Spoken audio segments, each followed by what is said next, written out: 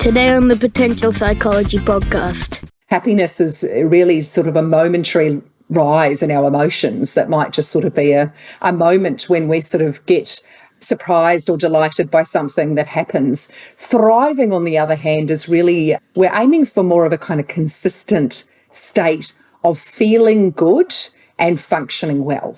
And to be clear, we're not talking about slapping a smile on your dial and being positive all the time, because we know that there are those sort of ups and downs that happen. But this is about how we can navigate those more resiliently and have a more sort of consistent state of being up more than down. Welcome to the Potential Psychology podcast.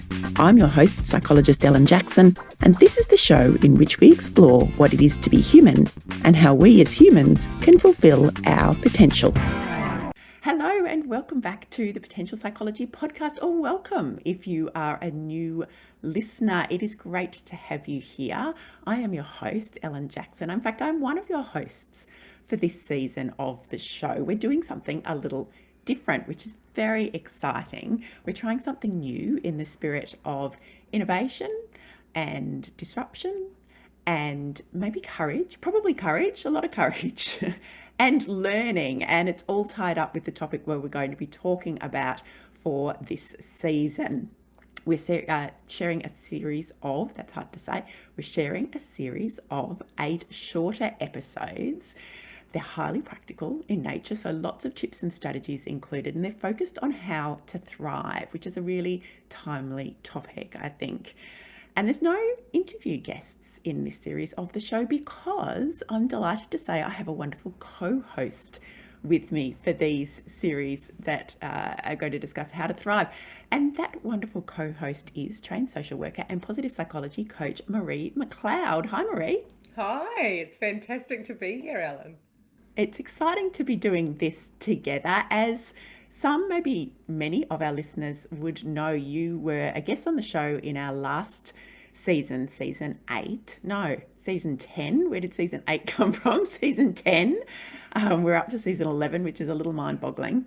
And it was such a wonderful conversation, and I really felt that there were so many topics and so many practical strategies and tips and ideas that have come from the work that you do that, it just seemed like a no-brainer really to get together and create this series in which we go into a little more depth and really share both how we apply this work in thriving and positive psychology in our work and our lives, most importantly, because we walk the talk, but also how we can really share those practical tips and strategies with our audience. So do you want to tell everyone a little bit more about what we're going to cover? Oh, it's so exciting, and it's just, and Ellen and I have been speaking about this for a little while, and it's wonderful to be here, and I agree with the courage and creativity it takes to jump in, but it's just such a delight. So what we plan to do over the coming weeks is to share a little bit and just, tiny high-level pieces of the framework that I used in the How to Thrive documentary that I worked on last year that we spoke about a little bit in our last interview, and we might touch on again, but that framework is called Beacon. Some of you may remember, if you know a little bit about positive psychology, Professor Martin Seligman's framework is called PERMA. I created a new framework because I wanted it to be something that had some metaphor. It had a bit more ability to be memorable. And also it was something that sort of spanned from the individual to the collective a little more readily. So Beacon, the metaphor is that, we can shine our brightest for ourselves and others. And each of those letters stands for something. We call those beacon beams. The first is belonging, thinking about close connections and belonging as a pillar of well-being. The E is about engagement and how important it is that we get to do those things that we're good at and that we love doing and get into kind of a feeling of flow. The A is for accountability and the fact that we need to have goals and we need to kind of hang in there with both grit and grace. And the C is compassion for ourselves and others. The O is for optimism, and that's really about how we understand our emotional range and how that affects us. It's about hope. It's about how we navigate the highs and lows more resiliently. And last but not least, the N is for nurture, and that's about nurturing our physical health in ways that also then help our mental health and how we sustain our energy. So we're going to touch in on those each with an intro and a conclusion, and that'll be our series. So looking forward to it. It will. It's going to be really exciting. So it is a series of 8 we've got today, in which we're going to talk a little more generally about what it means to thrive and introduce you to a great strategy that I think we've both used, and I think both use with our clients, to help really frame this up, set the mindset, I suppose, so to speak, around how to thrive. And then over the coming episodes, which will go out weekly, we will address each of those beams of the beacon model, the BEACON, and a little conclusion at the end. So it is something different. It's something really exciting, and it's great to be collaborating on this in this way. Marie, what does it mean to thrive? Well, it's a great question, Ellen, and I think that it's one that, if I had the complete answer, I'd probably be a millionaire. But I think that there are some sort of secret formulas to happiness that many of us maybe don't get. We go to school and we learn the sort of the basics of reading, writing, computing, and we might learn about our physical health, but many of us don't have the what we might call wellbeing literacy. It means that many of us might be sort of shooting for the wrong things. Maybe we say we want to be happy, but what is happiness? Happiness is really sort of a momentary rise in our emotions that might just sort of be a moment when we sort of get surprised or delighted by something that happens. Thriving, on the other hand, is really we're aiming for more of a kind of consistent state of feeling good and functioning well. And so really what you and I want to work on together is how do we help people not just to be happy, not just those momentary sort of things that happen when we get a sort of little jolt of joy or something like that, but we want to think about that more consistent state of feeling good and functioning well. And to be clear, we're not talking about slapping a smile on your dial and being positive all the time, because we know that there are those sort of ups and downs that happen. But this is about how we can navigate those more resiliently and have a more sort of consistent state of being up more than down. I love that. And I love that you've articulated that the difference between the emotional state, perhaps, of the feeling good. I mean, feeling good's an important component of what we're talking about, isn't it? But it's not just about this sense that I need to feel positive or feel joy or feel happiness or feel like everything's okay, even, because we can absolutely thrive. In fact, we do thrive through the difficult periods, the periods when things are not okay. But it's perhaps a little more about smoothing out some of those experiences so that whilst we might be struggling, whilst the emotions that we're experiencing might not be what we'd call, in inverted commas, positive, although it's always a little tricky when we attach value labels and values to emotions. They are just emotions. But we're able to then have this resilience and the skills to cope and the skills to know and the knowledge to know that we're going to be okay, and the tools in our toolkit to pull out in those moments that help us to not just survive, isn't it? It's more than just survival. It is more than just survival. And I guess my particular area of interest is, can we thrive despite struggle? I think that sometimes we think that our environmental circumstances have more influence than they actually do. And so when, Sonia Lubomirsky's kind of looking and research around what are the things that influence our happiness, we often call it happiness, but, and I will maybe fall into that trap sometimes, so feel free to kind of pick me up on it. But commonly we talk about happiness, and I guess, what we want to talk about here is thriving because it's a more consistent state. But what are those influences? And there's a genetic component, there's a component of our life circumstances, and there's a component about what we think and do.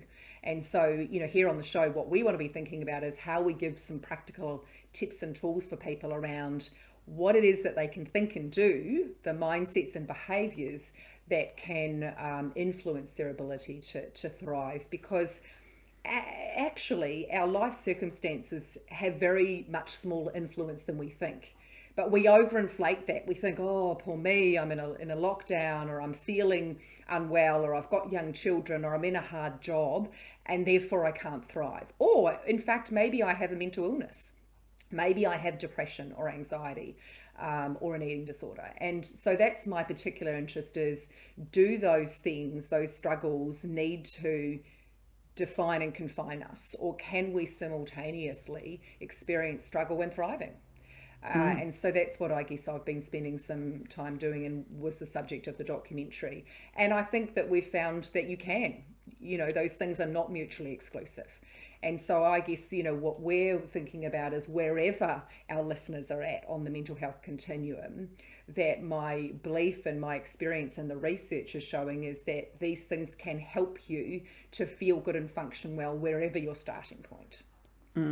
Such an important point. And I love that idea of being able to delineate that, what can I think and do, versus those pieces that I don't actually have any control over. I think, if anything's taught us anything over the last couple of years, as we've struggled with the global pandemic, it's that, so much of what has an impact on us over our life is entirely beyond our control. And this has been the perfect, if not always comfortable, example of that. And yet there are always things that we can influence, that we can have an impact on, that do make a significant difference to our experience of that event even. And just framing it up as, how do I think and what can I do, really hones in on that, the piece that we can control, that circle of influence that we have beyond the circle of concern, those things that affect us but we cannot change. Yeah, and so the one of the sort of sayings that I most love is, it's not about waiting for the storms to pass, but it's about learning to dance in the rain. And I think that's a really beautiful thing for us to reflect on, is we can't stop the storms from coming. We can't stop. We could have never predicted, a pandemic. We don't know what's going to happen in our health and our work with our children. But what we can do is learn things that help us to dance in the rain, learn things that can help us to better navigate whatever life throws at us. And I think, for those of us who are parents, that's not just for us, but it's how do we model that for our children in times that are good and bad.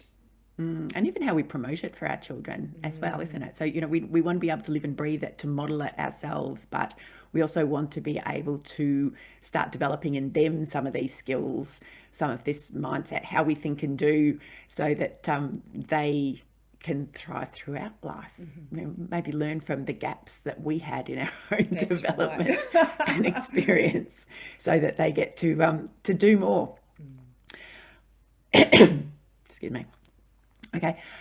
Marie, can you tell us a little bit more about the science that sits behind this, the science of positive psychology? It is something that here on the Potential Psychology podcast we talk a lot about, and yet it's probably been a little while since we delved into a little of its history or origins, or why it's so important, indeed important to us, because it certainly informs both of our practices in the work that we do.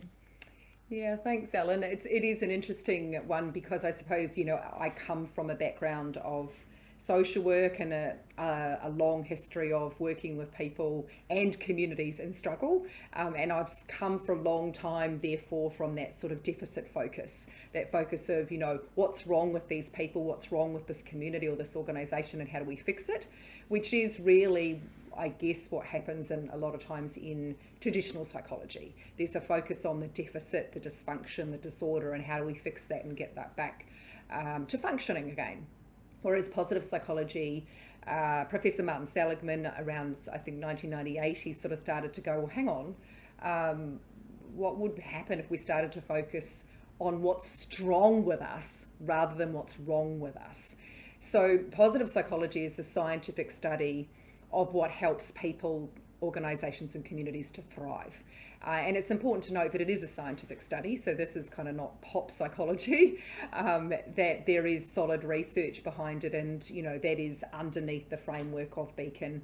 And what I've tried to do is kind of to fuse together what experience is showing me works, what the research is also telling us. So the difference for me, I guess, is that we don't want to see these things as separate or competitive. There is absolutely a role for traditional psychology and psychiatry, but what we're noticing is that there is a mental health epidemic, and that has been perhaps made worse by a pandemic, and the current solutions are not really enough, in my view. And I see a lot of people in my coaching practice and in the group work that I run, where people have been going to psychologists and many other kind of therapies for a long time, and that focus on what's wrong with you. You're depressed, you're anxious, you've got an eating disorder, you've got OCD. How do we fix you? It's just not always working. But whereas I think if we can take those strategies for what works to help us thrive and apply them, then what we want to be thinking about is how do we bring more of what works well for people? How do we light up their strengths? How do we bring more light to areas of darkness in such a way that the darkness begins to fade? So for my coaching clients, and probably for you too, Ellen, it's the fact that we are not going in focusing on the deficit or the dysfunction, almost knowing that it's there, but focusing on building all the other stuff around it so that weakness becomes irrelevant. Absolutely. And it's such an exciting field to work in, I think, certainly from my experience. And for me, I'm using the same principles and practices, but really with a different population of people, I suppose, largely. So for me, that is essentially in workplaces and organisations. So at an individual level, it's coaching one-on-one with leaders. And essentially, I'm, people who are already high performers in their world, in their occupations, perhaps even in their lives.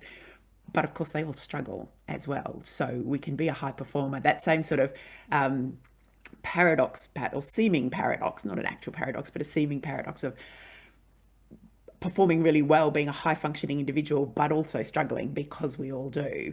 And often in my work, both again at an individual level or at an organisation, so using it at a systems level around organisational development, organisational change, culture change, just introducing this idea of, instead of focusing on what's not working, what's broken, and it's where our brains go automatically, isn't it? We'll come to that in a moment. But looking at what's working, for an organisation or for a workplace, particularly as we've gone through what we've gone through, and so many people have worked so incredibly hard to change operations, to have to adapt to a really shifting, moving feast in requirements and regulations and the challenges of a pandemic, that when they actually take the time to celebrate what's working, when they actually take the time to reflect on the achievements and the accomplishments that they've been able to make over this period, instead of always looking to what the next problem is, what the next challenge is, what hasn't worked in terms of an effort or a strategy. Similarly with people, one of the conversations that I so often have in workplaces with leaders is, there might be a team member that they're working with who is struggling, whether that's struggling in terms of their morale, engagement, productivity, performance, or struggling in terms of their mental health and well-being. And by the nature of our brains, we get drawn to that problem, that challenge, that consumes our attention, it consumes our resources at every level. And we do it at the neglect then of that bigger picture, the things that are actually working. So giving people, and of course, obviously people need support, they need encouragement, they need help, but it's finding that balance, isn't it, between addressing that where it needs to be addressed, but also making sure that we haven't neglected the fact that there's some high performers in our team. There's some people who we never hear from because everything's going well all the time, that there are incredible successes and achievements and things to celebrate. And for us as human beings, it's about finding a bit of that emotional equilibrium between the things that challenge us, that we struggle with, but also making sure that we're getting the balance, because our brain doesn't always help us in that regard, does it? No, and I think you're right that it's about what we choose to focus on, and it's about having an investigation into what is working. So whether you are a system or you're an individual, having a line of inquiry that says, well, what's working for us and how do we grow that? And as you said, our brains are not necessarily wired that way. So our natural tendency is to focus on the issues, risks, and problems. From an evolutionary perspective, that served us well. It served us well to be constantly scanning for things that were threats to our survival. And so, whilst many things have changed and we are no longer back in caveman times, our brains are still wired that way. And if we were a computer, we'd probably need to update our operating system because, we're going around and we're scanning constantly, which means that our focus is what's wrong rather than what's on strong. What's wrong rather than what's strong. That is a tongue twister. So we call that tendency a negativity bias, that bias that we have to look for those things that ensure our survival. But that is actually very counter to thriving, when we're going around all the time looking at that. So that is one of the sort of things that we thought we would set a challenge for our listeners around, because we know that despite the fact that our brains are wired that way, we can change that. We can actually rewire our brain to begin to look at what's working well. And that's probably something that you've done work on as well, Alan, I imagine, over the years for yourself and for your clients. Yeah, it is. It's something that, it's a day-to-day proposition for us each as individuals, and for all of our listeners who are kind of taking this on board, and as we set you up with a little task for you to practice perhaps over the coming week until we're together again, it is, just know that even those of us who are well trained and well versed and talk about these topics every day, this challenge of making sure that we're actually staying. So there's a mindfulness component to this, isn't there, of actually just having that attention to how am I thinking? What are the thoughts going through my head? Am I focusing only on the things that I am struggling with, the things that are going wrong, and not the things that are making us strong? Is that how I say it? I think it's such a lovely phrase. Yeah. And that, we do, it is practice. It's a habit. It's a thinking habit that, our brain is wired in a certain way. And then I guess over a lifetime, we have no doubt reinforced that thinking habit. So to try and change it and to find that balance between the wrong and the strong, still a daily exercise. I know it is for me anyway. A daily work in progress, isn't it? A daily work in progress. I think that as sort of, this is one of the first things that, I will often give to people, this practice, to say, well, how do we move away from that negativity bias? Because, as I say, what we focus on grows. And so if we're going around focusing on all of those things that aren't working. So what we know, one of the sort of most foundational interventions in positive psychology is the what went well activity. And so are we ready to share that with our listeners now, do you think? I think that's a good idea, yes. So this activity that we're going to set for you for your quest for this week is called the What Went Well and Why activity. It's got some other names, 3 blessings. It's similar to a gratitude journal, but slightly different. And I want you not to be fooled by the simplicity of this activity, because it is actually the most researched intervention probably in positive psychology, and has been found to be as effective as antidepressants for people, even 6 months after they have stopped doing the activity. So it's as simple as writing down each day for the next 7 to 10 days, 3 things that went well in your day and why they went well. And the reason we ask about why is we want you to begin to make this more active. So a gratitude journal is fine, but we tend to find that it can get a bit repetitive. And that this is a bit more proactive. You have to actually think about the particular things that happened in this day and why they went well. And so we're retraining our brain to focus on the good things. So that kind of panning for gold, looking for things that, that stood out, but also why, like what did we do to help those things go well? Perhaps what strengths did we use? Who did we reach out to? What did we say yes to? So that over time we can modify what we're doing so that things, we're leaning into those things that work for us more often. So 3 things that went well and why. There's actually a great little app that you can use as well. I'm sure there are others, but one of the easy ones that is available both on Apple and on Android is called Delightful Gratitude Journal, I think. It's just a very simple, free little app. The great thing about it is it will give you a reminder at the end of every day, and you can write in your 3 things. It gives you 3 spots to write them. It gives you a little kind of quote for the day. Because I don't know about you, Ellen, but one of the things that happens for me at the end of the day is either I'll forget or I'll sort of just think, I'm too tired to do that now.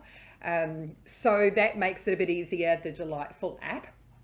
We also have that recency effect thing, don't we, Marie, of only being able to remember the things that happened like in the last hour or so, because even this morning was too long ago. So yeah, good to be able to do those things in real time. Absolutely. Also, it probably reinforces that, if you're actually doing it in the moment. I know one of the things that I struggled with, and sorry, I've gone slightly off tangent here, but one of the things I've struggled with in trying to use a gratitude journal in the past is that repetitive nature. It does become a bit of an obligation, and I'm not sure. I think when I learnt to start noticing and savouring those experiences in the moment as they happened, it became a lot more meaningful and a lot easier. And it was about, getting into that habit of shining the light on the positive things over the course of the day instead of waiting until, say, the end of the day to do it. So hot tip. Yeah. I guess what, if we were to step that out for people, I would say that what I notice is that we have to do this bit first. And as our brain begins to get used to it, then you will notice things in the moment. Okay, cool. What I notice is that if we're doing this for sort of 7 to 10 days, I'd say after around 5 days, what tends to happen is that because your brain knows it's going to be asked at the end of the day, because you've gotten into a practice of writing it down, as the day unfolds, you think, oh, that was nice. My daughter just bought me a cup of tea, or the sun just shone and came out while I was having my lunch, or, a friend popped in unexpectedly. And so we notice those things and we think, oh, that's going on my list, because, we're getting into a practice. Mm-hmm. So typically I would say that, as you start doing this, you'll notice those moments. And that's when, as you say, then you can go, oh, now my brain's getting good at this. It's starting to notice in the moment. And then we're thinking about, well, what happened to make that work? So I took, a lunch break outside, and I was able to be really grateful for my daughter in the moment when she bought me the cup of tea. So we know that these are the little ingredients to thriving, these little moments or these little jolts of joy in our day. But so often they just slip by us. We're moving too fast. We forget to sort of, really notice them in the moment. So the What Went Well activity will begin to train your brain to pan for gold, to look for those little moments of or jolts of joy, as I call them. And later, when we get to our section on optimism, we'll talk about how we intentionally cultivate those more often. But for now, what we're focusing on is noticing. And the next step after that is how we generate more of them. And as I said, there's so much research about how this just is a very lifting activity to do. It's the first thing that I will get coaching clients to do when they've got low mood. But for all of us, and, I think maybe, Ellen, we should try it again, because I think, we do it for a while, and then with any of these things, they work for a while, and then you need to try something else, because our brain craves things that are novel and new. And so they lose their potency. So maybe, I don't know, for me, it's probably time to try this again. So what do you think? When was the last time you did your What Went Well and Why activity? At that kind of conscious level, sort of end of the day thing, it has been a while, I have to say. Again, I suppose once you've got used to this as a way of being, which is what we're working towards for all of our listeners, is cultivating this as a way of being. You forget the basics, don't you? So we should go back to the basics. I think that's a fantastic idea. So we will, alongside you, do our What Went Well exercise. Yeah. We'll make a little record of the things that have gone well. And I think this is something that I do use actually, or a variation of it for people in workplaces, is we get to the end often, and it's not just at work. I mean, we often have to-do lists at home as well, and we get to the end of the day and we have a tendency, because of that negativity bias, to look at all the things that we didn't manage to do over the course of the day. So we look at the list and we automatically see the gaps, the things that didn't get crossed off. And of course we have that kind of despondent, downtrodden, maybe overwhelmed feeling as we sort of add stress. The stress that we add it to tomorrow's list, of the next day's list. But just again, another practice of tweaking your mindset, shining the light on the positives, getting used to this new way of seeing the world, perhaps a new lens through which we're seeing the world. And that is to actually make a note of the things that you did achieve over the course of the day, because nobody writes a list of the things that I got done. Yes. Well, perhaps they do. They're very enlightened. Most of us don't. So, and that may tie into this, what went well as well. What were the things that, maybe you managed to nail something that you didn't think you were going to get done today. And then, as you say, what were the contributing factors to that? What were the things that helped you along as well? So that's often a workplace task that I set people is, at the end of the day, either as an individual or as a team, get together and have a chat about all the things you did manage to do today. And it doesn't matter how small they are, because it all helps. And to celebrate, to have those moments. And so we will often say to organisations and to families that when you come together, as a family for dinner, or you come together for a meeting, to start with a round of, what's gone well in your day. Because we so quickly fall into, oh my God, what do we have to deal with? And we just forget. I am constantly astounded when I do this activity. I actually have used that delightful app, and I think, what? There's only 3 spaces. And when I start, I find more and more and more things that have gone well, and I end up writing 2 things in each space, because there are. But if I just didn't stop, I wouldn't have thought that there was that many things in my day. So it is definitely a mindset, and it's just easy for those things to escape. And I think, with my kids, they're a bit older now. As teenagers, they don't love it so much, but we went through a beautiful stage when each of them, I would kiss them goodnight, and we would do, they call it www. I think they've gotten confused with the start of a website or something, but www.mum, and so they were in a practice then of telling me 3 things that went well, and me telling them, and gosh, I got so much more out of them, Ellen, when we did that. Then they would tell me, especially the boys, they're like rocks, like to get anything out of my boys. You've got boys as well, so you probably know what I'm talking about. But when you give them a little bit of a framework like that, and then I was finding about all sorts of things. So we did what went well, and then we would mix it up sometimes, and we would do kings and queens of kindness, what kindness did you see, what kindness did you do, or, some other little kind of things. And then they would start to sort of spill out things that I wouldn't get otherwise. So we do it at the dinner table. Sometimes we forget, and oftentimes my husband does the quiz with them, and they love that. But yeah, as a great practice, I think, individually, or maybe having a buddy. Sometimes in my groups, I'll get people to buddy up and text each other at the end of the day. Tell me your 3 things. So maybe, if you're in a relationship with someone and you don't live with them, you could do that as well. It's such a beautiful way of kind of getting to know and deepen the conversation about what happened for each other, I think.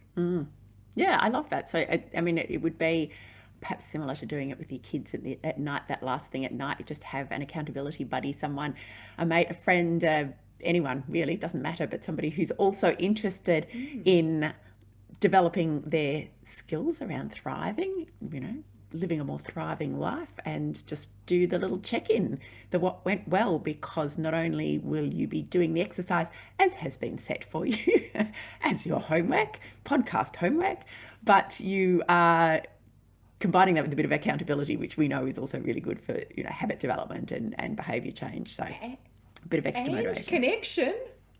Connection, which we're going to talk about in our next episode. Yeah. So as we said right at the beginning, each of the following, we've kind of gone a little broad here, giving you an introduction to what it is we're talking about, the purpose of thriving, where it's come from, and this really critical piece around our attention and our mindset around the positive and not always just the challenges.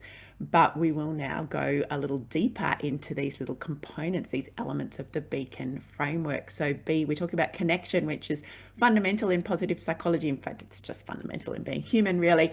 But in the Beacon context, it's a B for belonging. Absolutely. And I am all for anything that we can do that can be amplified by getting a 2-for-1 or a 3-for-1. And so if we can be doing our what went well, and we can be holding ourselves and someone else accountable for doing it, and we can be connecting and deepening our relationship, that sounds like a 3-for-1 to me. That is absolutely a 3-for-1. So Marie and I will be doing that. We will hold each other accountable. We are, in fact, you are all holding us accountable because we've said we're going to do it and we're going to be talking about it in our next episode. Absolutely. So, we'll be putting out there literally publicly as to how we've progressed with that. So Marie, it's been such a fun conversation. I'm looking forward to the 7 more, if not beyond that. Who knows what will happen beyond that, but we're certainly focused on the next 7 weeks of the Potential Psychology podcast, our How to Thrive series with myself, Ellen Jackson, and yourself, Marie Mcleod. For those who are listening, if you'd like to know more, we have all of the details and we will have a link to that exercise and some of the resource that sits behind it. So some of those references and other tips, strategies, all of those bits and pieces will be in the show notes for this episode. So if you go to potential.com.au/podcast, you will get to that. If you would like to have a chat to Marie, learn more about Marie and the work that she does, her website is needtoseesomeone.com. So no AU on the end of that. It is needtoseesomeone.com, and you will find her on the assorted social I was going to call it planets there. That's not right. The assorted social platforms. And if you search Need to See Someone, you'll find those. Of course, for Potential Psychology, you'll find us. Again, just search Potential Psychology is probably the easiest way, but we'll have all of the links to our socials, how to contact us, our websites. They're all in the show notes for today's episode. Marie, I'm looking forward to hearing the progress that you've made on your What Went Well next week. And of course, I'm excited to be sharing the next element of our How to Thrive series with our listeners next week. Fantastic. I can't wait. And that's it's always good to be held accountable. And so I'll have to get out my notebook or reinstall my delightful app so that I can report back on that and how it went. And just as we need to do these things for ourselves again. And I think I'm so grateful to have the opportunity to do that. And I'm also going to be asking my kids again, even if they are teenagers now, we can all do the www. again in my family. Here we go. Not too grown up for that. Absolutely. Excellent. Thanks so much, Ellen. I look forward to our next installment for next week, which is about belonging. Absolutely. We'll see you then. See you then.